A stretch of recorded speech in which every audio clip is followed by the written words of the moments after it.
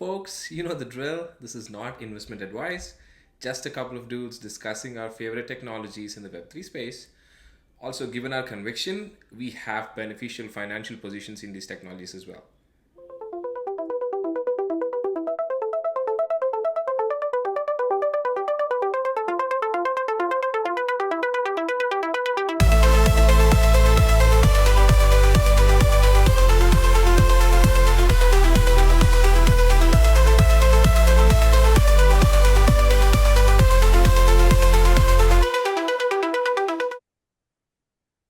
Hey Krishna, welcome to another episode, folks, of the Cryptoversation, episode 2, successfully on to the next one.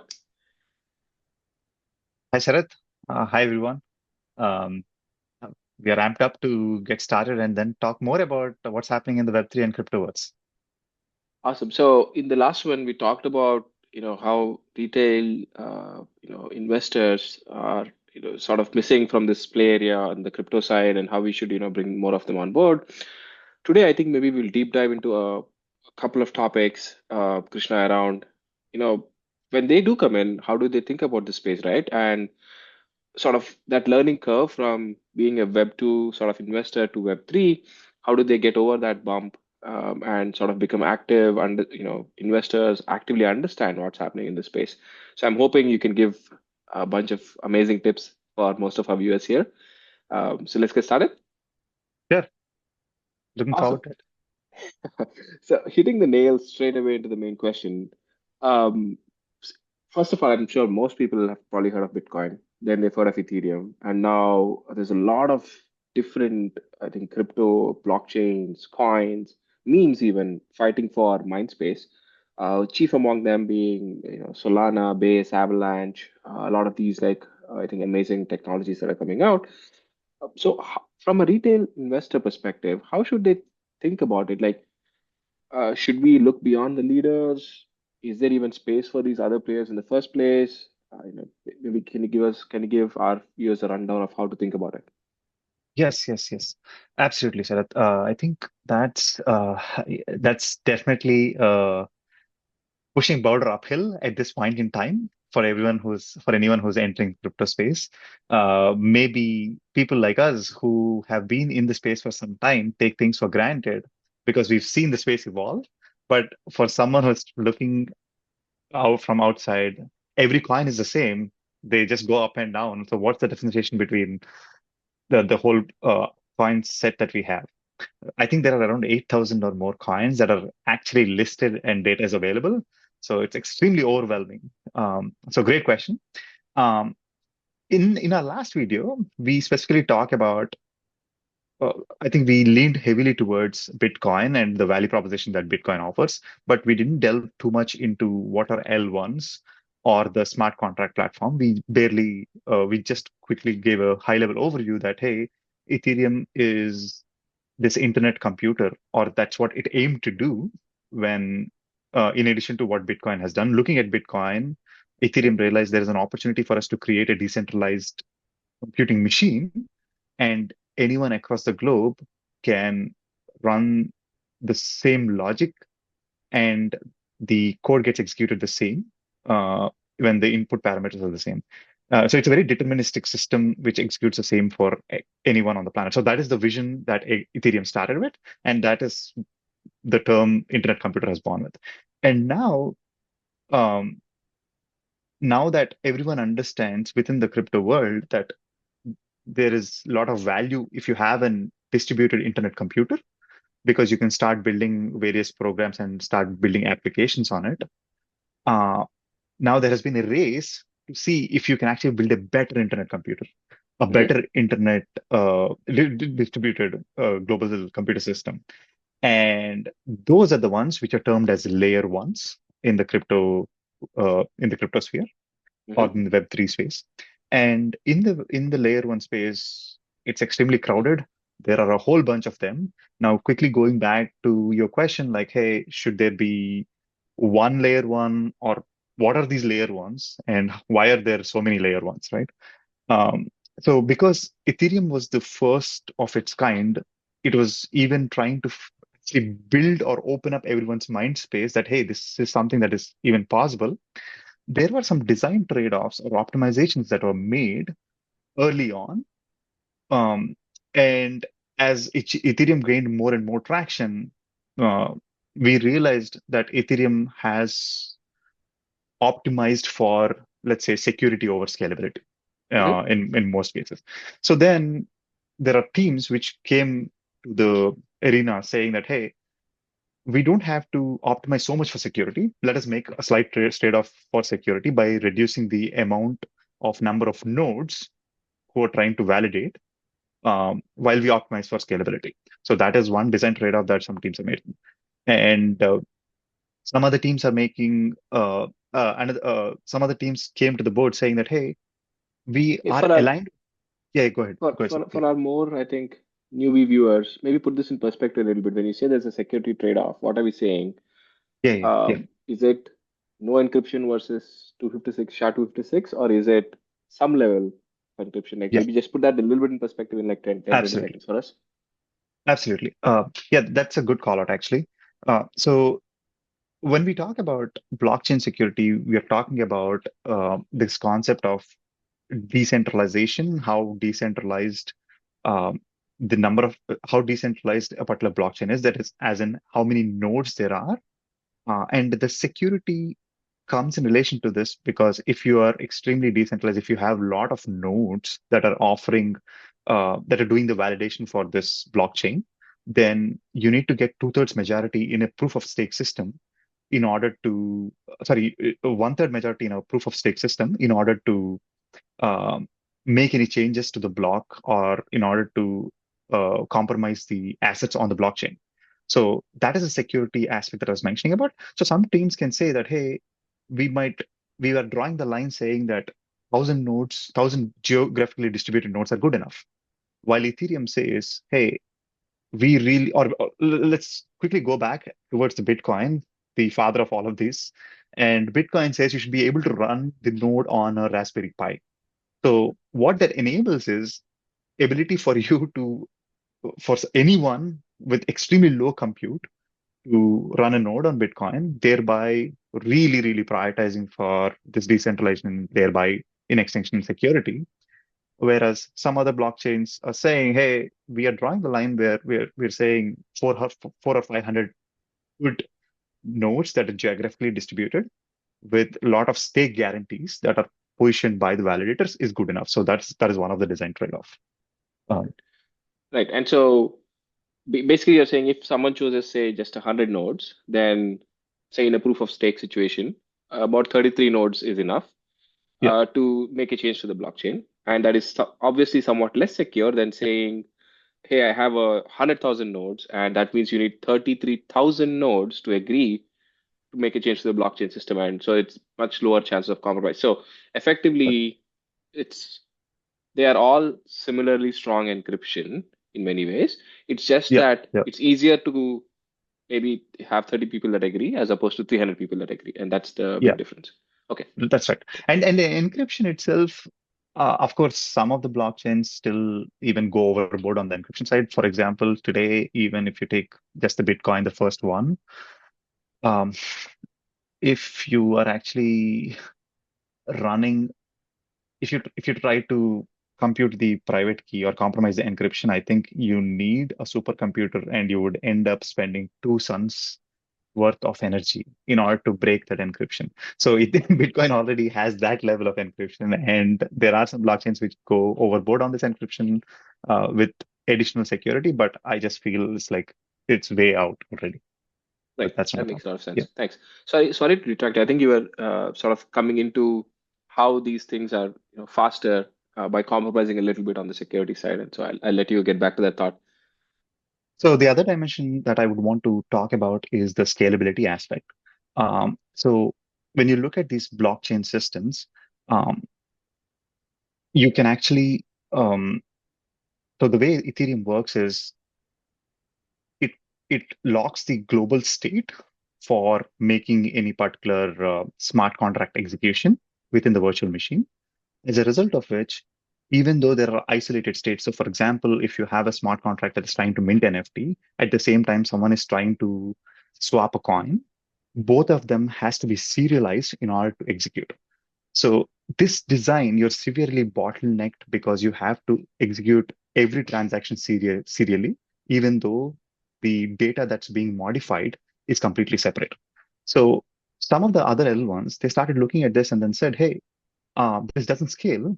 We can increase the scalability by trying to parallelize based on if a particular data within the blockchain or a particular state within a blockchain is going to be modified between two parallelly executable contracts. So if these two parallelly executable contracts have different states, then you can parallelize them. But if you are going to touch the same state for any two competing pieces of programs or dApps, decentralized applications within this L1s, you need to serialize them. So one of the successful L1 that was able to do this. And this is not done at scale. Right now, it is being parallelized across 4 different threads, and that is Solana. And then they were able to, in production as of now, they're able to consistently hit over 1,000 TPS. Although the theoretical TPS in the testnet is way out, like close to 250,000. And then there is also Fire Dancer that's coming up where they're able to see 1 million TPS. So this is the TPS scalability is angle. like transactions per Yeah, second, right? And so yeah. maybe do we know how much is, say, a TPS for, say, the Visa network or something like that? I think it is around 10,000. No, the highest is 10,000 transactions per second, but I don't know what is the average TPS at Visa. Okay, yeah. Sorry, I did a quick Yep. spot check. Looks like Visa has a TPS of 1700 Okay. in transactions per second in general. I don't know Yeah, now yeah. whether that is its maximum or. Oh wait, I think that should be average, right? yeah. Actually, I think it's the existing one. So I have two things here. There is one overview that goes and says 65,000 transactions per second is its global payments network TPS. I see. I don't know if that is distributed, like 65. it's probably Okay. localized to, like, I mean, Yeah, yeah, yeah. I would imagine it is the sum of uh, individual countries' TPSs across the globe combined. That's probably Right, what it right. is. Feels absurdly high. Anyway, cool. Yeah. So for context, so even if it was that absurdly high number, on testnet, Solana, to your point, can do 250,000 TPS, Yeah, that's what which is they've done. almost Yeah. like 4 times. Yeah. Awesome. Cool. That sounds amazing. Yeah, Um, and one other thing that I would say, one other aspect or dimension blockchains have actually also explored is how about we look at the validator set and then we randomly distribute execution of different programs across different validators. This is also a part of scaling, but instead of parallelizing where every validator is executing the same piece of code, you're saying, hey, let's say if I have 300 validators, I'll take a subset of randomly 50 validators executing some piece of code, 100 or 80 validators doing other piece of code, and then you will settle the ultimate state. Um, so, so you are essentially not really compromising on the security in this aspect because you don't know which transactions goes to which validators. At the same time, all the state will be reconciled across all the validators. So this is done through something called as sharding. Though we don't have really high volume on these so-called sharded L1s, but this is the other dimension that the L1s are also exploring. that makes a lot of sense. Thanks. Um, so I think this is a great segue to try and understand now. I think we get it. Why should other elements exist? And what's the sort of space in which they're playing, and sort of what are the dials they can turn, I guess, the levers that they can leverage to move or do different things. Now, that sounds to me like, thinking of security as a dial, thinking of, scale as a dial. If you twist them in different directions, there are an innumerable number of combinations. So this is not the last L1 that we are going to see spawning. There's going to be a lot Absolutely more not. L1s coming up. This Absolutely. 8,300 coins might blow up to I don't know how many. So from a retail investor perspective, then how should we think about, or how do we know that one of these is catching on? Like what sort of analysis can someone do to say, oh, this is a good blockchain to be invested in for the next few years before maybe a competitor comes? Like what is are there metrics one should look at? How should this go? Yeah, no, great question. So, um, absolutely. There is not a foolproof methodology thus far. As you know, it's extremely hard even for us to understand what is happening because the space is evolving at such rapid clip. But I think we have landed upon some good heuristics that we look for in order to see when an L1 is taking off or which L1 is gaining traction and how do we what when is the right time for us to start looking into it, looking at the different applications and programs closely. I think I I can think a bet. Go ahead, go ahead. maybe I can jump in a little bit and sort of narrow, I think, how broad that question was. In my head, what I'm trying to get at is from a Web2 perspective, we analyze maybe stocks, bonds, real estate a Right, certain right, way in terms of return on investment, in terms of how like so for example, we a lot of investors are probably going in and buying pre-IPO stocks or investing into companies on the secondary market and things like that. So they are doing a certain kind of analysis. Can that be replicated for crypto or our Web3 L1s is I think how we were thinking about it originally. So right, could you right, give maybe right. some tips in that direction? Like what are Yeah, equivalents, I guess, from Web2 to Web3 in that sense? yeah, yeah, absolutely. Um, so, so I'd like to quickly share my screen, Sarath, so we can talk through some of the resources that we use as crypto natives, and we'll take it from there. That'd be useful. Okay. Hope you guys can see my screen. So Yep. I would say we should always start at CoinGecko. I know we are not here to shill any tokens. I know we are not here to talk about market caps as such, but it's important, even though, for us to understand which L1s are about to take off, or which L1s are actually seeing material growth and traction. I particularly like CoinGecko. There is also Coin Market Cap. You can interchangeably use both. So here you can look at whichever is the L1 that you're interested in. Specifically, go to that L1 and make sure to absolutely look at what is the circulating supply versus the maximum supply or total supply. All the three of these categories are really important. So this is akin to the float in public markets. When you look at a stock, how much float determines how much of the stock that's being traded in the market. And in blockchains, typically in earlier versions, what we used to see is there used to be a lot of float, but off late we are seeing low float, high FTV coins. So you'll have too much total supply or maximum supply that gets unlocked in the next 12 months or 1 year or in the short term. This creates huge surge of tokens in the market. The reason this is important is because it really impacts the price, thereby the number of people who are actually building within the application might get diluted away and adversely affects the whole ecosystem. So that's why this is one place that I really urge you guys to take a look first, fundamentally. The second thing is make sure to look at how many wallets do they have. So if you see, based on the maturity of the ecosystem, you'll have a lot more wallet service providers. This is looking at the how matured is the infrastructure that is going to support this particular blockchain. The explorers is one other case. So what is in blockchain explorer is you can go look at all the transactions that happened, or you can specifically put in the transaction hash and see the send address, to address, the fees. So there's a whole bunch of information that the blockchain offers that you can explore through these blockchain explorers. So the maturity of a particular ecosystem also can be reflected by this tooling. That's why it's important for you to just look into these as well. Um, and one other thing I don't know, Sarath, if we got to mention to our viewers, one fundamental difference between Web2 and Web3 is everything is open. So if you are a data nerd, this is a paradise or a playground for you. So, uh, That I think was my biggest draw to analysis here. I am an analyst by nature, and having access to everything under the sun about something is insanely refreshing.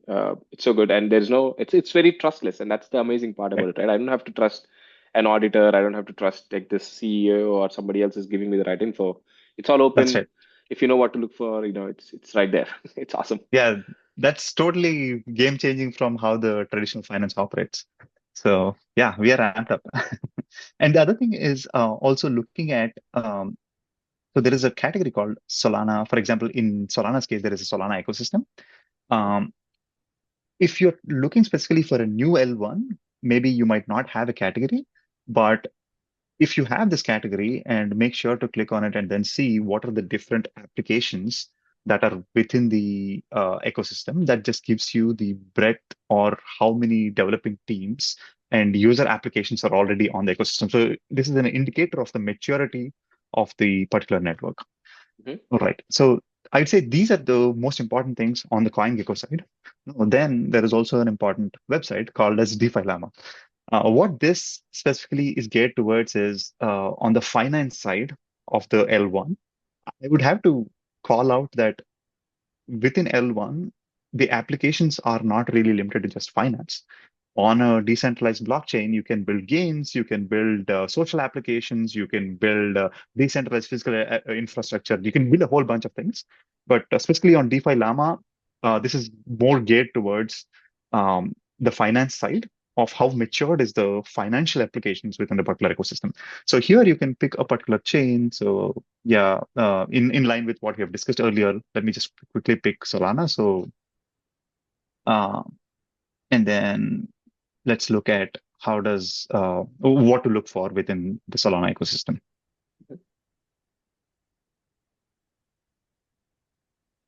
Right.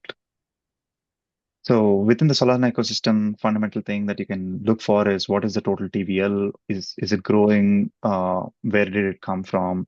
And then you can actually toggle with the bar. And then you have a whole bunch of categories that DeFi offers. You can see how much revenue this particular network is generating over a period of time. Is it trending up or trending down? You can see how much of the liquidity or the TVL is being bridged from other ecosystems. Then you can also see how is the market cap trending. You can see the stable coin. This is really important. For me, as a crypto native, what I typically look for is the revenue, the stable coins. Is is the network able to attract or grow the stable coin base? I feel that is really important if you want to see a healthy burgeoning finance ecosystem. And then the most important thing that I look for typically in a bear market is core developers. If the network, when the whole world is not looking at crypto during a bear market, is able to attract, retain, or heck, in some good cases, grow the core developers, that's a great indicator that, hey, this L1 is differentiated and is uniquely enabling developers to build their applications. Um, and some people also say commits on because this is all open source. So these teams actually do public commits on GitHub. For me, I don't rely on this because I've seen some of the ecosystems being gamed on the commits metric. So this is not something that I'd overly index on. But as I said, revenue, stable coins, and core developers, I feel is a really important metric. And then there are a whole bunch of other things that you can really go into once you start getting your feet wet. But Yeah, these I are some guess of the things that that, as yeah, soon as people, dip their beaks in, maybe we can throw them off the deep end after that. yeah, absolutely. Awesome. So I guess those are two things. And then, did you want to? So maybe for in a quick 10 seconds, why is TVL? I guess what is TVL and why is that a Oh, somewhat important yes. metric as opposed to revenue? Maybe let's talk because I think people understand revenue, stable coins, the basic stuff, but TVL Yeah. is new, and what guarantees TVL, I guess, is also something that people don't get it. So can you touch Right, right. upon No, that? great. Yeah, yeah, great question. TVL is essentially total value locked. So how much of the because in blockchain, every token has some value. You're able to quickly measure what is the total value that is being on a particular chain. So, for example, when we looked at the Solana chain, there is USDC, there is USDT, there is Solana, there is Bitcoin. There's a whole bunch of coins that are on the blockchain. So, at any point in time, you can measure what is the total value of all of these tokens that is on the chain within these applications. So, that is called as total value locked within that ecosystem. Um, I wouldn't say that this is more important versus revenue. I would say it is a good metric for you to see uh, if the ecosystem can sustain a solid finance ecosystem within the particular L1. The TVL is important from that aspect because it helps you get to the critical mass for your application to gain the escape velocity. So, for example, if you're trying to trade between two tokens, you need to have enough liquidity between these two tokens. So that's where the TVL becomes really important. And even today, the biggest chain with the highest TVL is Ethereum by far, even with all the scalability, all the dimensions, or the differentiation that the new L1s have offered, the TVL is really sticky within the Ethereum ecosystem. So that's why if you are looking at most of the financial applications, out of every 10, almost 6 to 7 financial applications are still being launched predominantly on Ethereum ecosystem for this reason. That's why the TVL becomes really important. So I would say it's mostly um, for understanding how sticky or where the TVL becomes really important for us to understand if a particular ecosystem can sustain a finance use cases rather than saying that, hey, because this particular application has high TVL, this application is better than the application B. That is not really the case. The reason being, let's say, for example, um, for a lending and borrowing application, you will have the TVL that is really high. Whereas for an exchange or for a game, for example, the TVL is non-existent. So I would say don't index on the TVL from that aspect, but it's important to see the TVL to see that, hey, this ecosystem has traction. There are users that are locking up capital within the ecosystem. That makes a lot of sense. Thanks. I know I got to let you go, but before I let you go, maybe just one last quick question around. I think you touched upon this very important thing that commits is something that people are gaming Yeah, or yeah, has been gamed in the past. So yeah. maybe could we quickly touch upon? So commits is basically for our viewers, with developers that are committing code or building on the ecosystem. Now, I think one of the very important things, Krishna, you and me were looking at in the past has also been who is building and what are they building. So could you maybe touch upon, instead of looking at commits, what should people look at in terms of developers, like primitives or technologies or applications that are coming on these chains? How should you think about those? Like, where do you Yeah, look yeah, and how do you judge them? yeah, yeah. Although I have to caveat, Sarath, I guess none of my responses are short or pithy. They are extended.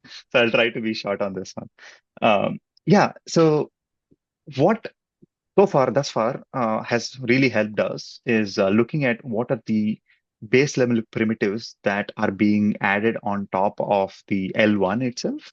So subscribing to the community page, going within the Discord are good resources. And if you are a developer, I'd say subscribe to the L1's GitHub repo and then see what kind of updates are they rolling out. Are they superficial or are they new primitives that would give you capabilities to build your own applications? So these are the different points that I'd say to index on. So that is great. Most of us are not coders, obviously. Uh, most investors are probably not looking at code. So looking at the GitHub might not, uh, you know, like what is the thing on GitHub to look at? Like, I cannot read code. What do I do? So Like, am I it's looking at, well, I guess, yeah. is there an easy way to say how many people are contributing to this or reading from this repo or something like that? Like, what's a good metric, I guess? Oh, gotcha. Yeah. Those all of those could be gamed. That's why I'm a little hesitant to give those. Mm. But what made sense is if you're non-technical, the best points is to look for all of these L1s typically have these events. Let's say for Solana, it is Breakpoint. For Sui, it's Sui Developer Conference. In these, the core team comes up with announcements on how they're helping their developers with new capabilities. It's like iPhone rolling out new camera with 50, let's say front camera, right? Like that gives you additional capability for the application builder in order to build a new application to take a selfie, for example, right? So look for those kind of new 0 to 1 unlocks that the base player is offering. So most recently, Solana offered ZK compression, which reduces the, I think it's an order of 10,000 to 1. And this announcement literally came 1 day or 2 days back. 2 days ago, yeah. So yeah. So have I think those are some things to look for.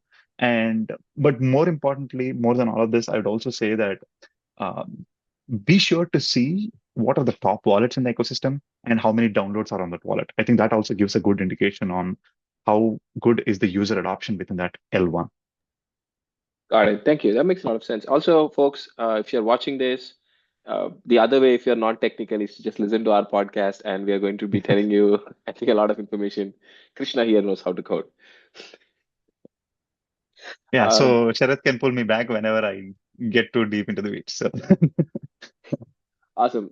Thanks, Krishna. I think we got a bunch of information, and next time we should definitely lean into some of the applications that people are building on it. So to build on, I think our current line of questioning. Uh, Today we are out of time, but I think there is a lot we can talk about in terms of exact projects that are being built, and maybe even touch on how we identified these projects as good, or how anybody in the future can look at new L1s and new projects coming up and judge them along similar lines. that Excited for that? sounds great to me. Yeah, I think that is the real value that blockchain is bringing to the table. And looking at the application, someone can really wrap their head around, hey, why this is a 0 to 1 lift compared to the traditional way of operating.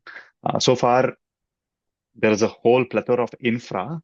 So people talk about nodes, validators, the protocols, network layer, compute layer, but all of this means to add value to the user.